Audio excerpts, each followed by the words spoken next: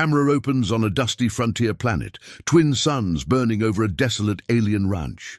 Wind howls through rusted fences. A lonely human rancher stands by the gate, holding a faded letter.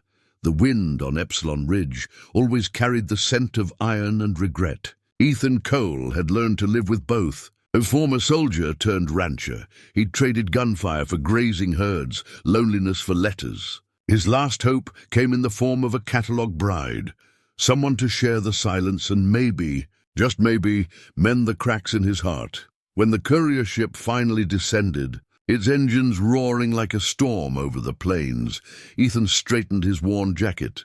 He rehearsed a smile, one that hadn't been used in years. But when the ramp lowered, it wasn't the soft-eyed woman from the hologram who stepped out.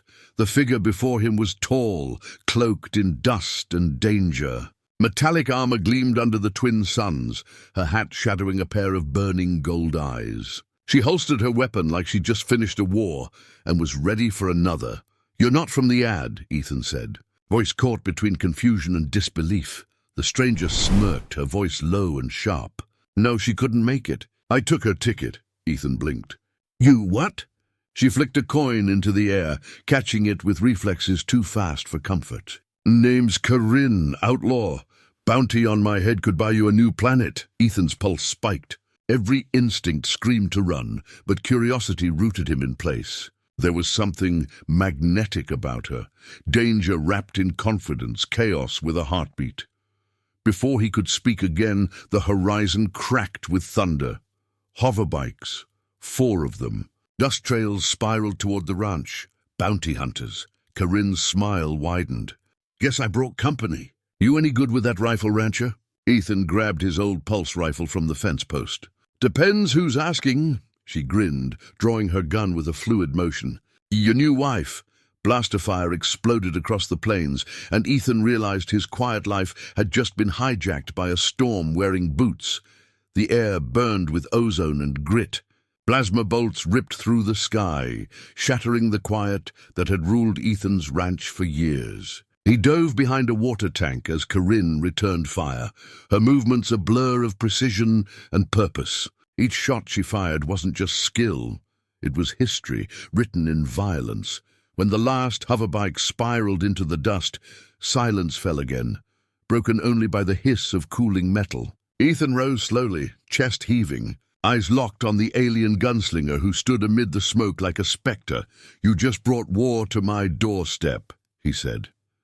Corinne holstered her weapon and kicked a fallen bounty hunter's rifle toward him. "Correction," she replied dryly. "War was already looking for me. You just opened the door." Her calm unnerved him. The way she spoke, like death was an old friend who sometimes overstayed his welcome, made Ethan realize she wasn't just dangerous. She was tired. He looked toward his ranch house, the porch riddled with scorch marks. The simple life he'd built, gone in seconds. "So what now?" he muttered. Corinne shrugged, scanning the horizon. "You got shelter. I got people hunting me across 3 sectors. Looks like we're roommates." Ethan almost laughed. Not because it was funny, but because his brain refused to believe any of this was real. "You think I'm just going to let you stay?" She turned to him, golden eyes softening just a fraction. "You saved my hide back there. You didn't have to. That earns you a choice." She stepped closer, voice low. "Send me away, and the next crew will come for both of us. Keep me here, and I'll make sure they never do." For a long moment, Ethan said nothing. The suns dipped lower, painting her armor in firelight. Somewhere inside him, an old soldier stirred, the part that remembered loyalty, risk, and unfinished wars. He finally nodded. "You get one night. After that, we talk." Corinne's smirk returned, tired but real. "Fair enough, rancher." As they walked toward the broken house, the first stars blinked awake, witnesses to a partnership neither of them had planned, and a danger neither of them yet understood. Morning came slow on Epsilon Ridge. The ranch was quiet again, but not peaceful. Smoke still curled from a half-burned fence post, and the ground was scarred with plasma marks, reminders that trouble had found a new home. Ethan poured 2 cups of synth coffee and found Corinne already awake, sitting on the porch rail like she owned the horizon. Her armor was off, revealing faint scars along her arms, not the kind from battle alone, but from survival. "You always stare this much?" she asked without looking at him. "Only when I find someone trespassing on my porch," he said, handing her a cup. She smirked, taking it. "You make terrible coffee. Better than plasma fire for breakfast." For a moment, they both almost smiled. Almost. They spent the day repairing what the shootout had ruined. Corinne moved with quiet efficiency, fixing panels, rewiring circuits, and even managing to joke, in her dry, alien way, about Ethan's outdated tech. "This wiring belongs in a museum," she said. "Yeah? Maybe I'll charge admission," he replied. As the sun set, their laughter faded into the hum of crickets. For the first time, Ethan felt something he hadn't in years. Company. Not comfort, but presence. Real, unpredictable, alive. Later, when the stars stretched wide across the sky, Corinne told him pieces of her story. She'd been part of a rebellion, a mercenary hired to protect the weak until her employers turned into tyrants themselves. She'd walked away when the lines blurred, only to end up on every bounty list in the sector. "You ever regret walking away?" Ethan asked quietly. She stared into the distance. "Every day, but staying would have killed me faster." There was truth in her voice, sharp, raw, and familiar. Ethan felt it echo inside him. He'd walked away from war too, just in a different uniform. Before he could respond, the ground trembled. A distant rumble rolled through the valley, mechanical, heavy, deliberate. Corinne froze, eyes narrowing. "That's not a storm," she said, standing. "That's a dropship." Ethan grabbed his rifle. "They found you already?" She shook her head. "No, they found us." The night that had almost felt safe turned deadly again. The dropship descended like a predator, engines howling, lights slicing through the darkness. Dust spiraled across the valley as Ethan and Corinne took cover behind the corral fence. Through the haze, silhouettes appeared. Soldiers in black armor bearing no insignia. Too disciplined for bounty hunters. Too silent for locals, Ethan adjusted his rifle scope. "These aren't after your bounty. They're military." Corinne's jaw tightened. Not just military, human. That single word hit like a bullet. "Human?" Ethan echoed. "Why would they—" "They're not here for me," she cut him off. "They're here because of you." Ethan froze. The pieces didn't fit until they did. The catalog bride, the timing, the sudden arrival of Corinne instead. It wasn't coincidence. It was design. He looked at her, realization dawning. "That order I placed," she nodded grimly, "was intercepted. Your message was flagged by the Frontier Coalition. They used it as bait to track rebel movement. I stole the transport thinking it carried supplies, not a human decoy." Ethan felt the ground tilt beneath him. He'd been the trap all along, the soldiers spread out, moving with ruthless precision. Corinne's voice dropped to a whisper. "We can't win a stand-up fight. They'll burn the ranch to ash." Ethan's mind raced. His land, his home, everything he'd built was about to be collateral in someone else's war. "Follow me," he said suddenly. "There's an old irrigation tunnel behind the barn.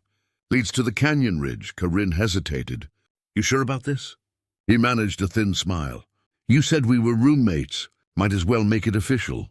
They moved fast through the dark, slipping beneath the barn as spotlights swept above. The tunnel was narrow, the air thick with earth and sweat. Behind them, the ranch exploded in a burst of fire, the only home Ethan had left. At the tunnel's end, Corinne turned to him, eyes reflecting the blaze.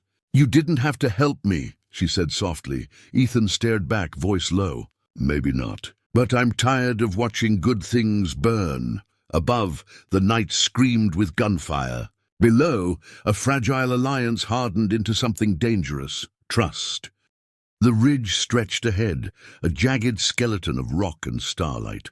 Smoke from the burning ranch climbed behind them, painting the sky with loss. Ethan and Corinne crouched among the shadows, weapons low, breath steady but shallow. Above the canyon, the hum of the dropship echoed like a warning. Ethan wiped the dust from his brow. "They'll sweep the valley next." "We need to move." Corinne shook her head. "No, they'll keep hunting us unless we stop them here. They'll burn every settlement to find me. You saw how they operate. Then we make them stop." His voice was calm, but something fierce burned behind it. Corinne studied him. The quiet rancher who once wanted peace now sounded like a soldier again. "You sure you're ready to fight another war?" she asked. He chambered around. "This time I know what I'm fighting for." They moved to the ridge's edge, where an old relay tower stood half buried in sand. Corinne climbed the metal frame and rewired its power core, fingers flying across the circuits. Ethan covered her, taking careful aim at the approaching patrols. "Once I overload this," she said, "it'll send a pulse strong enough to fry their ship systems." Ethan nodded. "And us?" She smirked faintly. "Depends how fast you can run." The soldiers reached the canyon floor. Plasma lights swept the walls. Ethan fired the first shot, clean, precise, and chaos erupted. Corinne triggered the overload, blue lightning arcing across the sky as the dropship began to spiral, flames licking its hull. The blast threw them both backward. When the dust cleared, the night was eerily quiet. The dropship smoldered in the valley below, broken wings glowing under the twin moons. Ethan staggered to his feet, helping Corinne up. Her armor was scorched, her breathing ragged, but she smiled, weary and real. "You just destroyed your ranch," she said softly. He looked at the horizon where dawn began to bleed through the smoke. "No," he said. "I just saved my home." For the first time, she didn't argue. They stood together watching the light rise. Two fugitives bound not by blood or promise, but by survival and something dangerously close to hope. The wind carried the last embers away. Whispering across the ridge like a vow, the war was over, but their story had only just begun.